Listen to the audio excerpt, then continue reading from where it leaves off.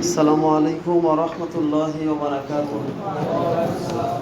আলহামদুলিল্লাহি নাহমাদুহু ওয়া নাস্তাঈনুহু ওয়া নাস্তাগফিরুহু ওয়া নু'মিনু বিহি ওয়া নাতাওয়াক্কালু আলাইহি ওয়া নাউযু বিল্লাহি মিন শুরুরি আনফুসিনা ওয়া মিন সাইয়্যাতি আমালিনা মান ইয়াহদিহিল্লাহু ফালা মুদিল্লা লাহু ওয়া মান ইযলিল ফালা হাদিয়া লাহু وأشهد أن لا إله إلا الله وحده لا شريك له وأشهد أن محمدا عبده ورسوله الذي أرسله بالحق بشيرا ونذيرا وداعيا إلى الله بإذنه وسراجا منيرا فقد قال الله تعالى في كلامه المجيد والفرقان الحميد أعوذ بالله من الشيطان الرجيم بسم الله الرحمن الرحيم يا أيها الذين آمنوا اتقوا الله حق تقاته ولا تموتن إلا وأنتم مسلمون يا أيها الناس اتقوا ربكم الذي خلقكم من نفس واحدة وخلق منها زوجها وبث منهما رجالا كثيرا ونساء واتقوا الله الذي تسالون به والأرحام إن الله كان عليكم رقيبا يا أيها الذين آمنوا اتقوا الله وقولوا قولا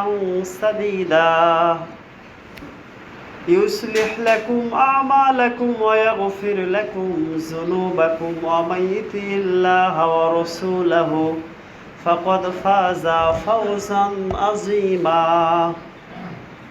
وقال تعالى قاف القرآن المجيد بل أجبوا أن جاءهم منذر منهم فقال الكافرون هذا شيء عجيب أإذا متنا وكنا ترابا ذلك رجع بعيد قد علمنا ما تنقص الأرض منهم وعندنا كتاب حفيظ إلى آخر الآية بسم الله الرحمن الرحيم اخفض جناحك لمن اتبعك من المؤمنين প্রশংসা আল্লাহ রাব্বুল আলামিনের জন্য যে আল্লাহ রাব্বুল আলামিন অশেষ দয়া দিয়ে তিনি তার প্রাণী জগৎকে বাঁচিয়ে থাকেন। সেই প্রাণী জগতের বাঁচার মাধ্যমে আমরা জীবিকা নির্বাহ করতে পারি, সে আল্লাহ রাব্বুল আলামিনের শুকরিয়া আদায় করি। আলহামদুলিল্লাহ। আল্লাহ রাব্বুল আলামিনের আরও শুকরিয়া, মানুষের যে পাপ, মানুষের যে অন্যায়, মানুষের যে গীবত, চগলখড়ি, পরনিন্দা, যে ব্যক্তির দোষ নেই তাকেও দোষারোপ করা, এই ধরনের বহু কর্মকাণ্ডে আমরা বাঙালি সহ বিশ্বের অধিকাংশ মানুষ লিপ্ত আছি। তো এই লিপ্ত থাকার কারণে আল্লাহ রাব্বুল আলামিন আমাদের উপর থেকে রহমতকে উঠিয়ে নেন। মানুষের পাপের জন্য আল্লাহ রাব্বুল আলামিন তার দেওয়া রহমত তিনি উঠিয়ে নেন, কিন্তু আমাদেরকে এরপরও দিচ্ছেন। আমরা আগে থেকেও বিভিন্ন আলোচনা থেকে জানি যে ইতিপূর্বে যে নবী রাসূলগণ এসেছিলেন তাদের সামান্য ত্রুটির জন্য, মানে উম্মতে মুহাম্মাদির ক্ষেত্রে সাধারণ ত্রুটি মনে হচ্ছে, কিন্তু এই ত্রুটিটা আল্লাহর কাছে অনেক বেশি ছিল, যার জন্য তাদেরকে একবারে ধ্বংস করে দিয়েছেন, তাদেরকে একবারে নষ্ট করে দিয়েছেন। কিন্তু আমাদেরকে এভাবে নষ্ট করা হচ্ছে না। এটা আমাদের প্রিয় নবী মুহাম্মদ রাসূলুল্লাহ সাল্লাল্লাহু আলাইহি ওয়াসাল্লামের একটি দোয়া রয়েছে। তিনি আল্লাহ রাব্বুল আলামিনের কাছে বেশ কয়েকটি আবেদন করেছিলেন। তার ভেতরে অন্যতম একটি আবেদন হচ্ছে, আল্লাহ আমার উম্মতকে তুমি অন্য অন্য নবীর উম্মতের নয় একবারে ধ্বংস করে দিও না। সুবহানাল্লাহ বলে। তো এই যার জন্য আমরা ধ্বংস হই না। দ্বিতীয়ত, এই যে বৃষ্টি, কয়েক সময় দেখা যায় অনাবৃষ্টি, এখন মানুষের জমি গাড়ার সময়, কিন্তু দেখা যাচ্ছে যে খরা, জমি ফেটে চৌচির হয়ে যাচ্ছে, বৃষ্টি হচ্ছে না। অনেকেই মেশিন দিয়ে পানি নিয়ে ধান আবাদ করছে, কিন্তু আল্লাহর রহমত নেই। কেন নেই জানেন? মানুষের পাপের জন্য। সুদ ঘুষ জেনা ব্যভিচার কেনা ফাসাদ হিংসা এগুলোর ভেতরে আমরা জর্জরিত, এগুলোতে আমরা নিহিত রয়েছি, যার জন্য আল্লাহ রাব্বুল আলামিন পানি দেওয়া বন্ধ করে দেন। তাফসিরে বিভিন্ন কথায় বিভিন্ন উদ্ধৃতিতে উল্লেখিত আছে যে আল্লাহ রাব্বুল আলামিনের সাগরের ভেতরে অনেক পোকামাকড় আছে, অনেক প্রাণী আছে, দুনিয়ার বুকে অনেক পাখি রয়েছে, অনেক প্রকার পোকা রয়েছে, কীট পতঙ্গ, যা বলে শেষ নেই। একটা কলার গাছ যদি 2 দিন থেকে পচে যায়, সেখানে এক ধরনের পোকা জন্মে। এই পোকাকে কে খাবার দেয়? ঘাস কাটতে যান, ঘাসের ভেতরেও অসংখ্য পোকা। এগুলোকে কে খাবার দেয়? একটা প্রাণী পড়ে মরে পচে যাচ্ছে, কিছুদিন পর সেখান থেকেও পোকা আসছে। প্রত্যেকটা ক্ষেজে আপনারা যারা মাঠে কাজ করেন তারা দেখতে পান, পোকার শেষ নেই।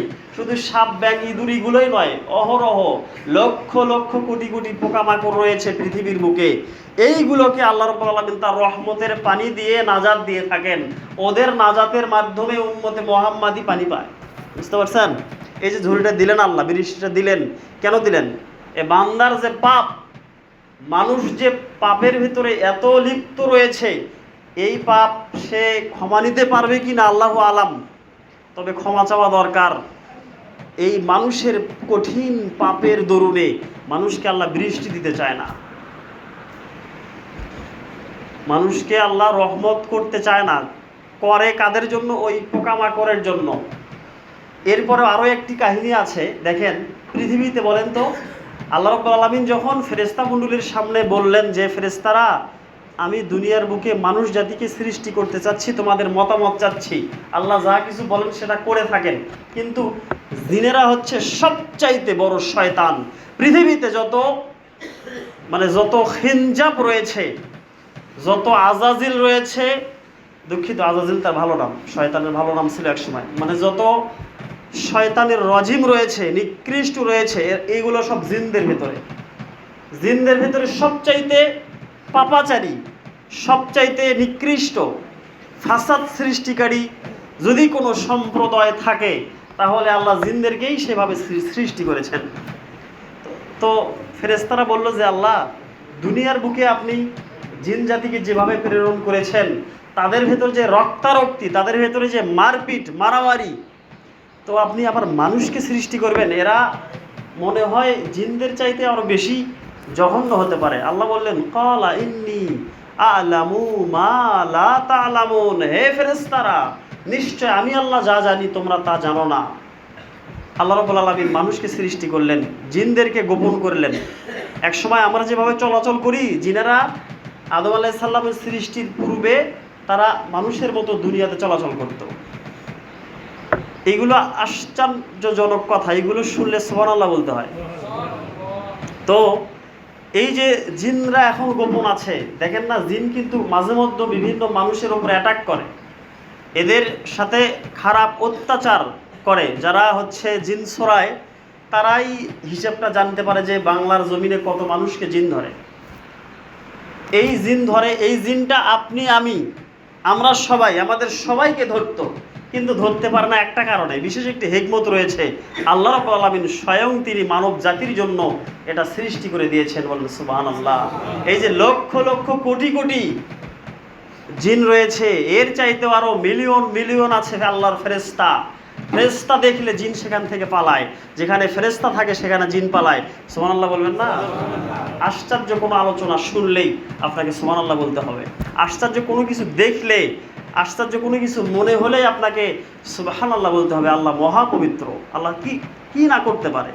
সম্মানিত উপস্থিতি, এই যে আমাদের এই জমিনে, আল্লাহর সৃষ্টি জমিনে অসংখ্য অগণিত জিন রয়েছে, পুরুষ জিন, মহিলা জিন, পরী, ভূত, প্যারত, এগুলো কোনো কথা নয়, সবাই জিন। নারী আর পুরুষ তাদের ভেতরে পার্থক্য আছে, মুসলিম আর অমুসলিম পার্থক্য আছে। ভূত, প্যারত, পরী, দেওয়া ইত্যাদি, কালী, এগুলো কিচ্ছুই নাই, শুধু জিন। তার কথা আল্লাহ স্পষ্ট বলেছে, মিনাল জিন্নাতি ওয়ান নাস। যদি তাদের অন্য কিছু নাম থাকতো তাহলে আল্লাহ বলতো মিনাল প্যারত, মিনাল পরী, পেত্তনি ইত্যাদি অনেক কিছু বলতো, আসলে জিন। তো শোনেন, এই পৃথিবীর বুকে মানুষের চাইতে জিনদের সংখ্যা অনেক বেশি আছে। এরা সব সময় সুযোগ পেলেই মানুষকে অ্যাটাক করে, দেখবেন যাদেরকে জিন ধরে ওই ব্যক্তি দেখবেন ও কমসে কম না হলে তাবিজ ব্যবহার করে। ভালো করে খোঁজ নিয়ে দেখবেন ওই ব্যক্তির ঘরে ছবি মূর্তি আছে, ওই ব্যক্তি শিরক বেদাতের সাথে লিপ্ত আছে, এজন্য ওদেরকে জিন অ্যাটাক করে। জিন একজন নবজাতক সন্তানকেও অ্যাটাক করতে পারে। তার জন্য আল্লাহ রাব্বুল আলামিন বিধান দিয়েছেন। আল্লাহ নবী সাল্লাল্লাহু আলাইহি সাল্লাম বলেন, উইজু কুমা বিকালিমাতিল্লাহি তাম্মাতি মিন কুল্লি শাইতানিন ওয়া হাম্মাতি ওয়া মিন কুল্লি আইনিন লাম্মা। আল্লাহ রাব্বুল আলামিন যখন ফাতেমা আলাইহিস সালামের ফাতেমা রাদিয়াল্লাহু তাআলা আনহার বুকে মানে গর্ভে যখন দুটি সন্তান দিলেন, সন্তান দুটির নাম কি? হাসান আর হুসাইন, ছোট্ট বাচ্চা। তো আমাদের তো টিন রয়েছে, অনেকেরই ছাদ রয়েছে। সেই সময় তো খেজুরের পাতা দিয়ে ছাদ তৈরি করা হতো। কোনো জায়গায় ফাঁকা থাকতো বা ঘর কম ছিল, বাইরেই বেশি মানুষ কাটাতো। তো এই ছোট দুইজন বালককে ছোট দুইজন শিশুকে আঙ্গিনায় শুয়ে রাখতো। জিনরা যখন যাতায়াত করতো হাসান হোসাইনের দিকে নজর দিত। নজর দিলে তারা কান্নাকাটি করতো। মানে জিনদের কাজ কর্মই হচ্ছে মানুষের ক্ষতি করা, মানুষকে কষ্টে ফেলা।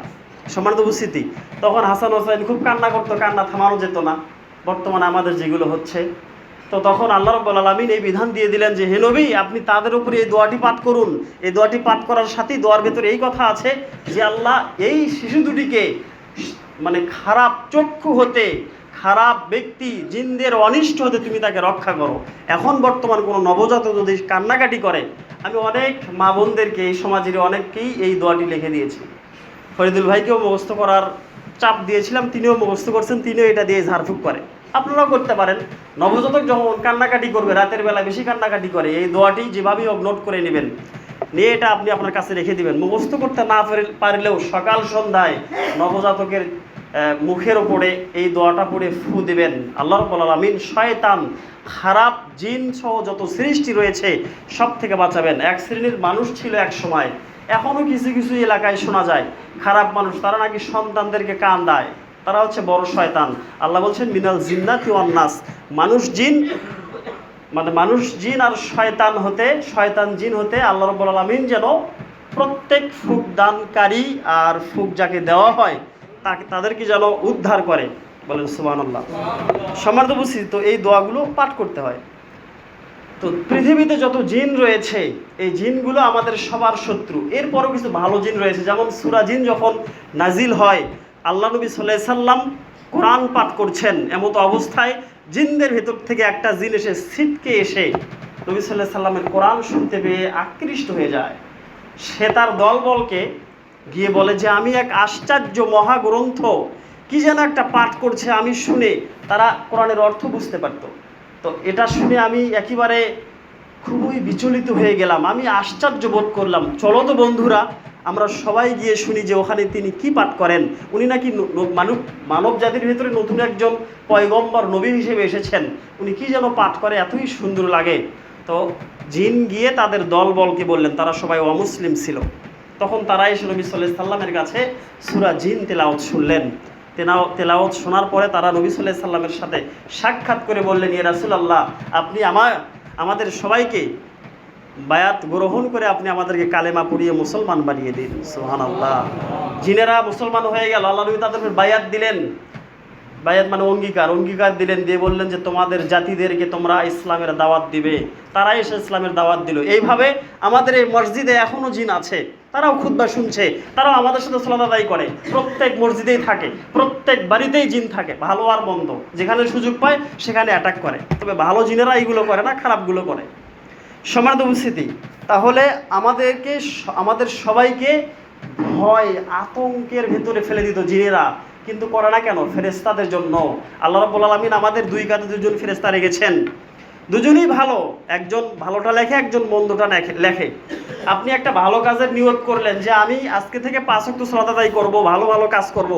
এই যে একটা মনে একটা কথা বললেন, আপনি বললেন যে আমি সালাতের পরে খেয়ে দিয়ে ফাঁসি তোলা যাব, ফাঁসি তোলা গিয়ে আমি কাউকে 10 টাকা হোক 5 টাকা দান করব। এই যে একটা কথা বললেন, সাথে সাথে আপনার ডান পাশের যে ফেরেশতা আছে তিনি এটাকে লিপিবদ্ধ করে দেন এবং 10টা লিখে দেন। বলেন সুবহানাল্লাহ। আপনি কিন্তু টাকা এখনো দেননি, নিয়ত করেছেন। সাথে সাথে এই পাশের ফেরেশতা, ডান পাশের ফেরেশতা আপনার আমলনামায় 10টি নেকি লিখে দেন। আপনি যখন দান করলেন সে দানকে 10 গুণ বৃদ্ধি করে আল্লাহ সেটা লিখে দেন। এবারে এই পাশে বাম পাশে যে ফেরেশতা রয়েছে, তো এই ফেরেশতার কাজ হচ্ছে বান্দা যখন খারাপ কোনো আমল করবে সাথে সাথে সেটা লিপিবদ্ধ করবে। এবারে আপনি নিয়ত করলেন যে আমি ফাঁসিতলা গিয়ে, উদাহরণস্বরূপ বলছি, আমি যার কাছ থেকে তরকারি কিনবো, যেটাই কিনবো সেটাকে আমি একটু বেশি নেওয়ার চেষ্টা করব, কম দেওয়ার চেষ্টা করবো, মানে অসৎ উদ্দেশ্য। আমি একটা সুদের ওপর টাকা নেবো বা কিছু ঘুষ খাবো ইত্যাদি একটা নিয়ত করলেন। এই ফেরেশতাকে আল্লাহ আদেশ দিয়েছেন যে ফেরেশতা তুমি লিখবে না যতক্ষণ পর্যন্ত আমার বান্দা ওই কাজ না করেছে। বলেন সুবহানাল্লাহ। আপনি পাপ কাজের একটা নিয়ত করলেন যে আমি এটা করবই, আল্লাহ বলেন ফেরেশতা তুমি এখনো লেখো না, যখন আমার বান্দা কাজটা ঘটে ফেলবে তখন তুমি লিখবে। আপনি নিয়ত করছেন যে আমি গোবিন্দগঞ্জ গিয়ে একটা অশ্লীল কোনো একটা কাজ করব, ফেরেশতা এটা লিখবে না। আপনি ওখানে গিয়ে করলেন, করার পরে ফেরেশতা লিখবে। আর এই পাশে ফেরেশতার গুণ, আপনি একটা ভালো কাজের নিয়ত করলেন সাথে সাথে 10 নেকি। সুবহানাল্লাহ। আবার বলেন, খারাপ কাজের নিয়ত করলেন লেখা হবে না, না করা পর্যন্ত। ভালো কাজের নিয়ত করলেন, নিয়ত করার সাথে সাথে 10 নেকি, করলে আরো 10 গুণ। সুবহানাল্লাহ। তো এই যে ফেরেশতারা, এই যে আমরা একসময়, আমরা যখন রাতের বেলা আমরা বাহিরে বসে থাকি বা ছাদে বসে থাকি, যাদের ছাদ রয়েছে, আমরা দেখতে পাই আকাশে তারা ছোটাছুটি করে। অনেক সময় বিশাল বড় আলো হয়, অনেক সময় কম হয়। একেবারে এক নিমিষের ভেতরে এই পাশ থেকে ওই পাশে চলে গিয়ে আলোটা বন্ধ হয়ে যায়। এরা হচ্ছে শয়তান জিন। আল্লাহ নবী সাল্লাল্লাহু আলাইহি সাল্লাম বলেন, এরা জমিন থেকে শুরু করে, জিনদের কিন্তু অনেক লম্বা দীর্ঘ হায়াত এবং তারা অনেক বড় হতে পারে। অনেক সময় তারা পিপীলিকা হতে পারে, বিভিন্ন প্রাণী সহ মানুষের বিভিন্ন রূপ ধারণ করতে পারে, কিন্তু তারা মাটির সাথে কোনো সঙ্গে স্পর্শ করতে পারে না, তারা মাটির ওপরে থাকে। এরকম অহরহ ঘটনা আমি জানি, ওগুলো জুমুর খুতবায় বলা সম্ভব নয়।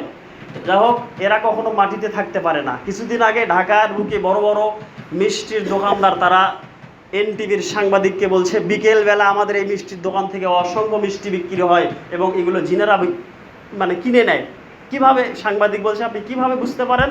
তারা বলে যারা বিকেল টাইমে আর এশা মাগরিবের পর এই সময়ের ভিতরে তারা আসে, যখন তারা আমাদের দোকানে প্রবেশ করে তখন সুগন্ধি দিয়ে ভরে যায়। সুবহানাল্লাহ।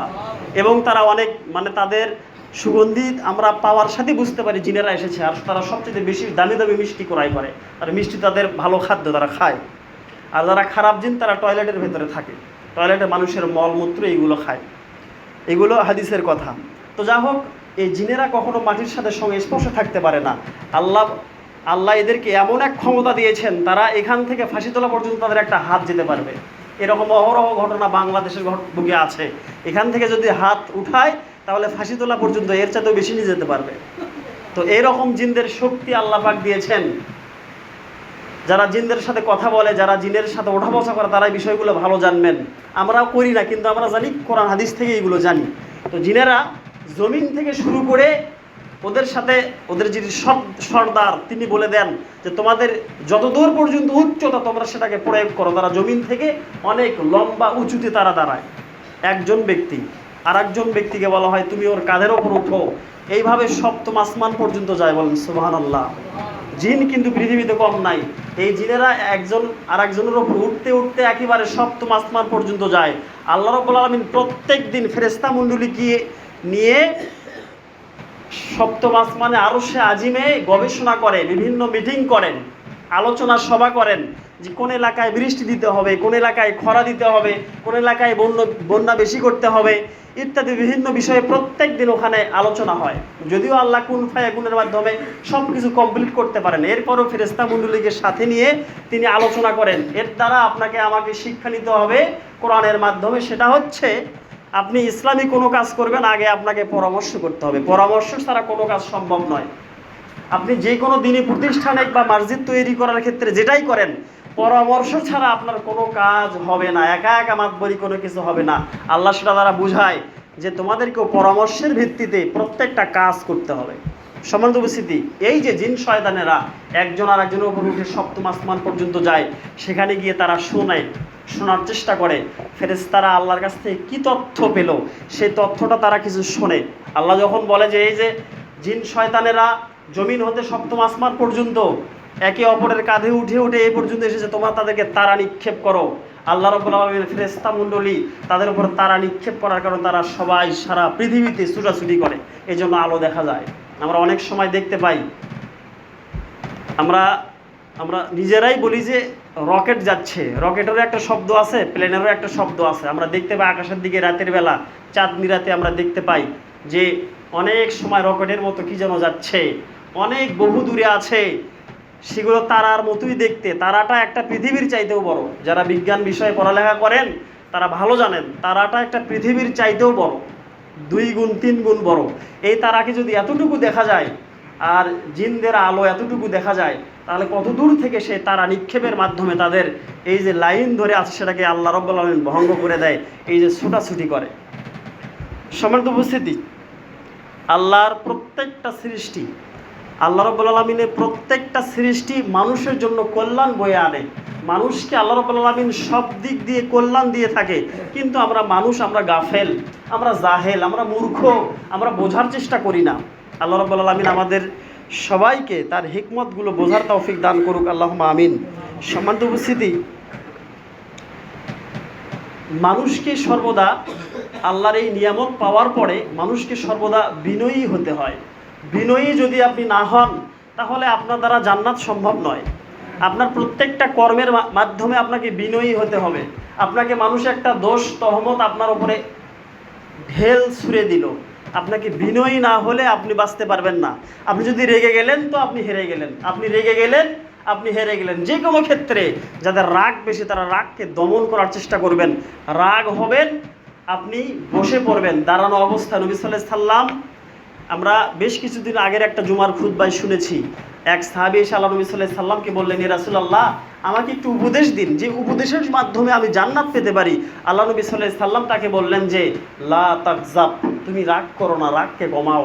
ওই ব্যক্তি হতভম্ব হয়ে বললেন যে আমি নবী সাল্লাল্লাহু আলাইহি সাল্লামের কাছে একটা উপদেশ ছিলাম, তিনি রাগের কথা বললেন। এই হাদিস কিন্তু আপনারা অলরেডি শুনেছেন। এবারে ওই ব্যক্তি আবার বললেন, ইয়া রাসূলুল্লাহ, আমি আপনার কাছে চাচ্ছিলাম যে আপনি একটা আমাকে উপদেশ দেন, একটা নসিহা দেন, সেটার আমল করে আমি জান্নাত পেতে চাই।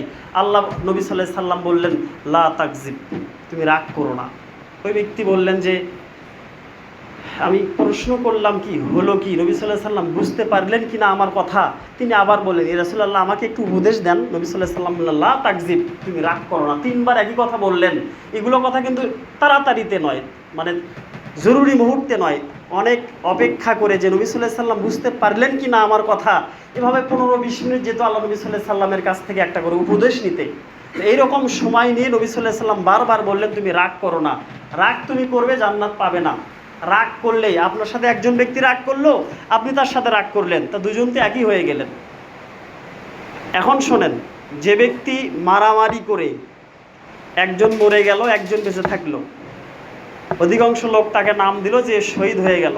ওই ব্যক্তির ইচ্ছা ছিল ওকেও সে মারবে। আল্লাহ নবী সাল্লাল্লাহু আলাইহি সাল্লাম বললেন, কিলাহুমা ফিন্নার, মুসলিম শরীফের হাদিস।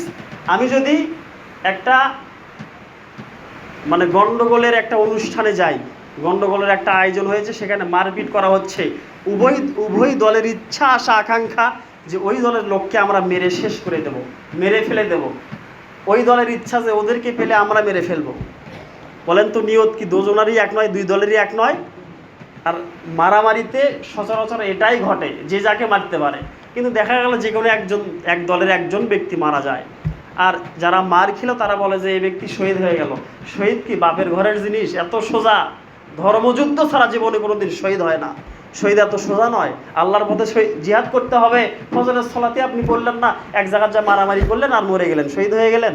সুবহানাল্লাহ। আর এখন তো বাংলাদেশে হিন্দুদের নামের সাথেও শহীদ থাকে। আল্লাহ পাক আমাদের এই পাপী জাতিকে আল্লাহ পাক আরও যে কবে বুঝদান করবে আল্লাহু আলাম। সম্মানিত উপস্থিতি, তো বিনয়ী আমাদেরকে হতে হবে। এবারে দেখেন, রাগ মানুষের হতেই পারে। আল্লাহ নবী সাল্লাল্লাহু আলাইহি সাল্লাম একদিন গনিমতের অনেকগুলো চাদর পেয়েছেন। কি পেয়েছেন? চাদর, যাকে গিলাব বলা হয়। এই চাদর পেয়েছেন, তো তিনি গণনা করে চাদরটা মসজিদে নববীর এক পাশে রেখেছেন। এবারে যখন বন্টন করা হলো, সবাইকে দেওয়া হলো, দেখা গেল একটা চাদর নেই।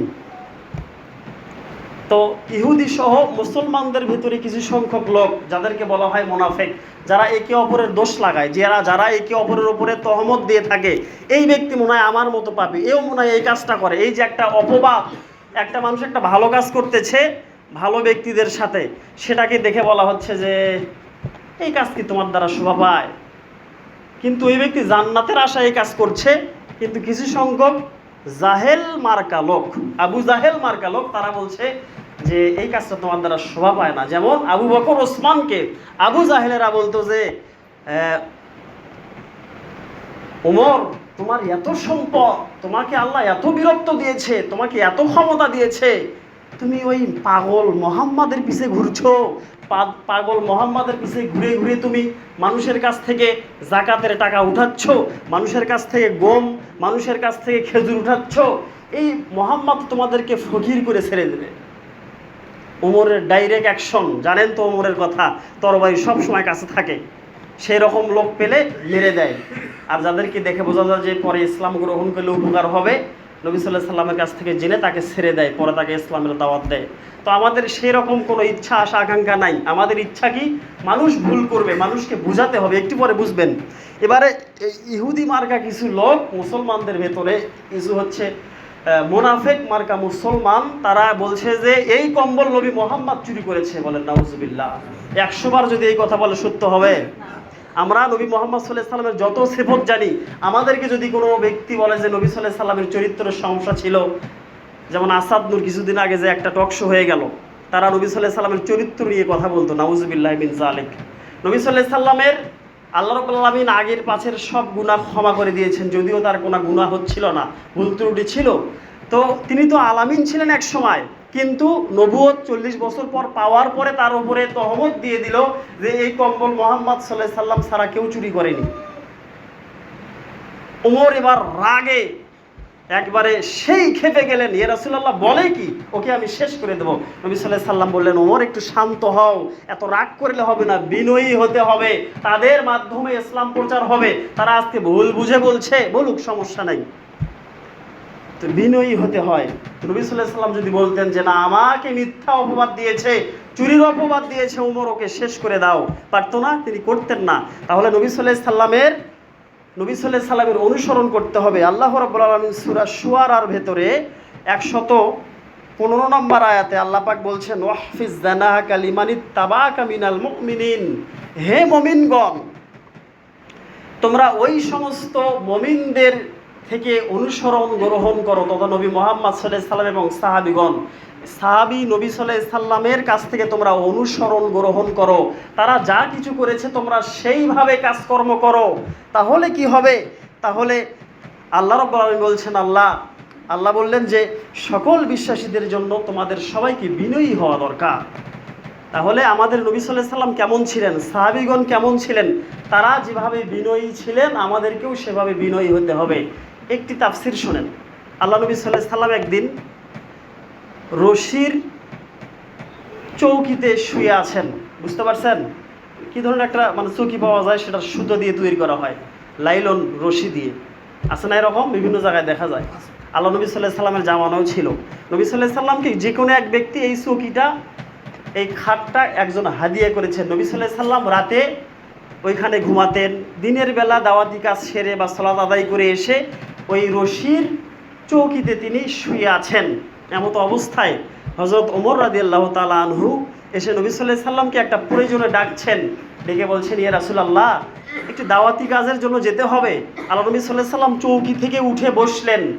বসার সাথে তার এই পাশের ওই যে, তারা তো সালাতের সময় জুব্বা পরিধান করতেন, অন্য সময় গিলাপ পরিধান করতেন, যে গিলাপ দিয়ে পরনেও দেওয়া যেত, আর ওটা দিয়ে কাঁধেও দেওয়া যেত। এই পাশেটা বের হয়ে আছে, পিঠে ওই রশির দাগ রয়েছে। এটা দেখে হযরত ওমর কেঁদে ফেললেন, বললেন, ইয়া রাসূলুল্লাহ, আমরা কত বিলাসিতার ভেতরে থাকি, আর আপনি এই রশির চৌকিতে শুয়ে আছেন, আপনার এই পিঠের ভেতরে, অর্থাৎ আমরা যারা মোটা মানুষ, যারা যে কোনো এক জায়গায় বিভিন্ন ওই যে আরএফএল চেয়ারে যখন বসি, তাহলে পিঠে কিন্তু ফুলটায় উঠে যায়, সব পাটিতে যদি শুয়ে থাকি সেখানেও দাগ পড়ে যায়। নবী সাল্লাল্লাহু আলাইহি সাল্লামের পিঠে রশিগুলো মনে হয় ঢুকে গিয়েছে। এখন না হয় সেটা ঘন ছিল, ওই সময় সেটা পাতলা ছিল, সেটা একেবারে নবী সাল্লাল্লাহু আলাইহি সাল্লামের পিঠগুলো কেটে যাচ্ছে, রশিগুলো দেখা যাচ্ছে, মনে হয় রশি ওখান থেকে বের করা যাবে। হযরত ওমর এটা দেখে কান্না করছেন, কান্না করে বলছেন, ইয়া রাসূলুল্লাহ, আমরা এত শান্তিতে থাকি, আর আপনি একজন পয়গম্বর হয়েছেন, আল্লাহর প্রেরিত একজন রাসূল, আপনি নবী মুহাম্মদ, আপনার এই কষ্ট হচ্ছে, আপনি যদি একটু অনুমতি দিতেন ইয়া রাসূলুল্লাহ, আমরা একটু আপনার জন্য তোষকের ব্যবস্থা করতাম। বলেন সুবহানাল্লাহ। সাহাবীর এই যে বিনয়ী একটা স্বভাব, তারা নবী সাল্লাল্লাহু আলাইহি সাল্লামকে বললেন, আপনি আমাদের নেতা, আপনার এই কষ্ট দেখে আমাদের খুব কষ্ট হচ্ছে। হযরত ওমর কান্না করে ফেলছেন, তিনি বলছেন যে আমরা একটা তোষকের ব্যবস্থা করে দেব। নবী সাল্লাল্লাহু আলাইহি সাল্লাম বললেন যে ওমর থামো থামো, যারা ইসলামের নেতা হয়, যাদের উপরে আল্লাহ নেতৃত্ব দেয়, যারা সারা দুনিয়াকে শাসন করে, এই রকম নেতাদের উচিত নয় যে তারা তোষকে থাকবে। তাদেরকে কাঠের উপর থাকতে হবে, তাদেরকে রশির উপর থাকতে হবে, তাদেরকে কষ্ট করতে হবে। তারা যদি বিলাসিতায় থাকে তাহলে রাজ্যের ভেতরে অনেক গরিব মানুষ থাকবে, তাদের এই তাদের দুঃখটা বোঝার মতো কেউ থাকবে না। নবী সাল্লাল্লাহু আলাইহি সাল্লাম এমনভাবে রাজত্ব করতেন, এমনভাবে তিনি দায়িত্ব পালন করতেন। আর আমরা আমাদের বাঙালি মেম্বার, ভাইস চেয়ারম্যান, উপজেলা চেয়ারম্যান, এমপি, প্রধানমন্ত্রী, চিন্তা করে দেখেন নবী সাল্লাল্লাহু আলাইহি সাল্লামের আদর্শ কোথায়। এই জন্য গত সপ্তাহে বলেছিলাম, ইসলামী খেলাফত ছাড়া পৃথিবীতে শান্তি কোনোদিন আসবে না। নবী সাল্লাল্লাহু আলাইহি সাল্লামরা কী করতেন শোনেন। একজন ব্যক্তি ছিলেন, নামটা আমি ভুলে গিয়েছি, অন্য সময় বলার চেষ্টা করব, তবে ইতিহাসটা জানি। এই ব্যক্তিটি একসময় ইরাকের গভর্নর ছিলেন। তিনি এমনভাবে রাজত্ব করতেন, বোঝা যেত না। যারা আপনার বিধবা মানুষ ছিল, এতিম ছিল, তাদের প্রত্যেকের বাড়িতে রাত 3টা থেকে 12টার মধ্যবর্তী সময়ে বাড়িতে আটার বস্তা প্রতিদিন যেত। তারা খেত এটা, কিন্তু তারা জানতো না যে এই খাদ্যটা তাদেরকে কে দিচ্ছে। একদিন সেই গভর্নর ইন্তিকাল করলেন। মানুষ তো দুনিয়াতে বেঁচে থাকতে আসে না। এরপরে ওই অভাবী ব্যক্তিদের বাড়িতে, ওই আপনার হতদরিদ্র ব্যক্তিদের বাড়িতে, বিধবা মহিলাদের বাড়িতে আটা আর যায় না। সবাই জানতে পারলো যে এই কাজটা গভর্নর তিনিই করেছেন, তিনি আমাদেরকে খাদ্য বাড়িতে বাড়িতে গিয়ে দিয়েছেন। আর বাংলাদেশের মেম্বার চেয়ারম্যানের অবস্থা কি, আর তাদের অবস্থা কি। এরপরে যিনি গোসল করালেন, তিনি দেখতে পেলেন যে তার এই 2 কাঁধ, তিনি ফর্সা মানুষ ছিলেন, তার এই 2 কাঁধ কালো হয়ে গেছে।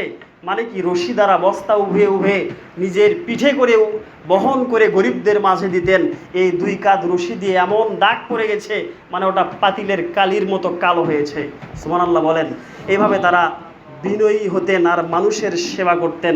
আর আমরা কি করতেছি? আমরা শুধু পারি মানুষের ওপরে তহমত প্রয়োগ করতে, আমরা শুধু পারি মানুষের ওপর দোষ প্রয়োগ করতে, আমরা শুধু পারি বাংলাদেশ আহলে হাদিস আন্দোলনকে দোষারোপ করতে। যেই বাংলাদেশ আহলে হাদিস আন্দোলন পৃথিবীর বুকে একমাত্র হকপন্থী দল, যার কোনো ক্ষতি আজও করতে কেউ পারেনি। নবী সাল্লাল্লাহু আলাইহি সাল্লাম ভবিষ্যৎবাণী করে গিয়েছেন, পৃথিবীর বুকে যদি কোনো হকপন্থী দল থাকে, সেটাই থাকবে আহলুল সুন্নাহ ওয়াল জামাত। আর যার এই আহলুস সুন্নাহ ওয়াল জামাতের নাম দিয়েছেন প্রসিদ্ধ সাহাবী আবু সাঈদ খুদরি রাদিয়াল্লাহু তাআলা আনহু, তিনি বলেছেন সাহাবীদেরকে এবং সেই সময়কার তাবিদেরকে বলছেন, আমি যদি দেখতে পাই পৃথিবীর বুকে কোনো হকপন্থী দল রয়েছে, তাহলে একমাত্র আহলুল হাদিস তারাই হকপন্থী রয়েছে। নবী সাল্লাল্লাহু আলাইহি সাল্লামের যুগ থেকে আহলুল হাদিস এসেছে আর চলছে, আর সেটাকে আমরা তহমত দিচ্ছি।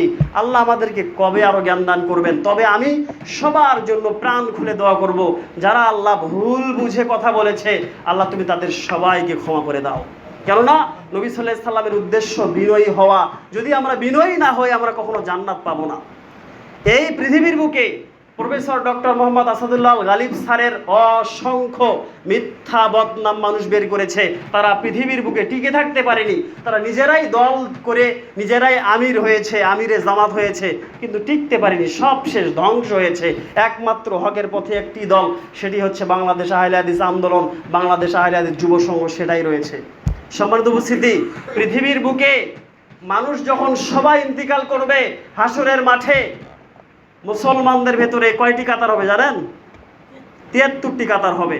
আল্লাহ নবী সাল্লাল্লাহু আলাইহি সাল্লাম সাহাবীদেরকে উদ্দেশ্য করে বললেন, সাহাবীরা শোনো, বানি ইসরাইলের 72টি কাতার ছিল। কয়টি কাতার? আর আমার উম্মতের ভেতরে 73টি কাতার হবে। সেখানে হিন্দু, খ্রিস্টান, বৌদ্ধ, অন্য অন্য ধর্মের লোক যাবে না। মুসলমানদের ভেতর থেকেই 73টা কাতার হবে। তার একটা মাত্র কাতার, সেটা হচ্ছে আহলুস সুন্নাহ ওয়াল জামাত তথা আহলুল হাদিস, তারাই শুধু একমাত্র জান্নাতের পথে যাবে, সব দল ছিটকে পড়ে যাবে। কিন্তু এই হাদিসটা প্রত্যেক দলই কথা বলে, এই হাদিসের কথা সবাই বলে। তাহলে তাদের ইমানের সমস্যা আছে। আপনি বুখারী মুসলিম খোলেন, সেখানে দেখেন বুকের ওপর হাত বাঁধা। আর এক দল বাংলাদেশে আছে যারা মানুষের রক কেটে দেয়, যারা গাড়িতে আগুন লেগে দেয়, তারা বলে দেয় যে হকপন্থী দল তারাই। কিন্তু নবী সাল্লাল্লাহু আলাইহি সাল্লামের কি বৈশিষ্ট্য মানুষের রক কেটে দেওয়া? নবী সাল্লাল্লাহু আলাইহি সাল্লাম কি বৈশিষ্ট্য মানুষের গাড়ি পুড়ে ক্ষতি করে ফেলা? বাংলাদেশ আহলে হাদিস আন্দোলনের কোনো কর্মী কারো কোনো অন্যায় করে না। তারা তাদের একটাই রাজনৈতিক লক্ষ্য উদ্দেশ্য, যে সারা বিশ্বের মানুষের অন্তরে অন্তরে বা সারা বিশ্বের মানুষের ঘরে ঘরে ইসলামের হকপন্থী দাওয়াতকে প্রচার করে দেওয়া, ইসলামের তাওহীদের দাওয়াত প্রত্যেকের ঘরে পৌঁছে দেওয়ার এই প্রোগ্রাম, এই ইচ্ছা চেতনা আশাকে বাংলাদেশ আহলে হাদিস আন্দোলন গ্রহণ করেছে। আল্লাহ রাব্বুল আলামিন আমাদের সবাইকে বোঝার তৌফিক দান করুক। এত সুন্দর একটা হকপন্থী দলের উপরে মিথ্যা অপবাদ আসবে না, কোন দলের ওপর আসবে? নবী মুহাম্মদ সাল্লাল্লাহু আলাইহি সাল্লামকে ছাড় দেয়নি বলছে কম্বল চোর, বলেন নাউজুবিল্লাহ। নবী মুহাম্মদ সাল্লাল্লাহু আলাইহি সাল্লাম কি ছাড় দিয়েছে? তা বাংলাদেশ আহলে হাদিস আন্দোলন কেন এই কথা শুনবে না যে এরা টাকা মেরে খায়? শোনাটাই স্বাভাবিক। কিন্তু আল্লাহু আলাম, তিনি ভালো জানেন আমাদের আন্তরিকতাটা কত দূর। আল্লাহ রাব্বুল আলামিন আমাদের সবাইকে যেন বিনয়ী হওয়ার তৌফিক দান করেন, বলেন আল্লাহুম্মা আমিন। আমি যে কথা বললাম এই কথায় যদি কেউ মনোক্ষুণ্ণ হয়ে থাকেন আমাকে ক্ষমা করে দিন।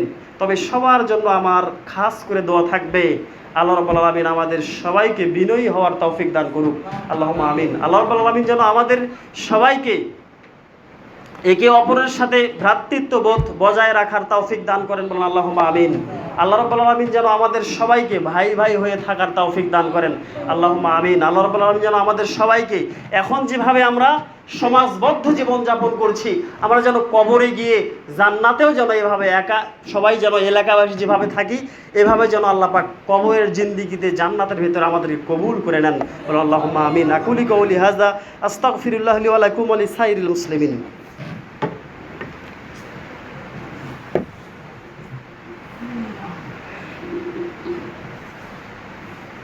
আলহামদুলিল্লাহি রাব্বিল আলামিন ওয়াল আকিবাতুল লিল মুত্তাকিন ওয়াসসালাতু ওয়াসসালামু আলা খাইরি খালকিহি মুহাম্মাদিন ওয়া আলিহি ওয়া সাহবিহি আজমাইন। আল্লাহুম্মা সাল্লি আলা মুহাম্মাদিন ওয়া আলা আলি মুহাম্মাদিন কামা সাল্লাইতা আলা ইব্রাহিম ওয়া আলা আলি ইব্রাহিম ইন্নাকা হামিদুম মাজিদ। আল্লাহুম্মা বারিক আলা মুহাম্মাদিন ওয়া আলা আলি মুহাম্মাদিন কামা বারাকতা আলা ইব্রাহিম ওয়া আলা আলি ইব্রাহিম ইন্নাকা হামিদুম মাজিদ।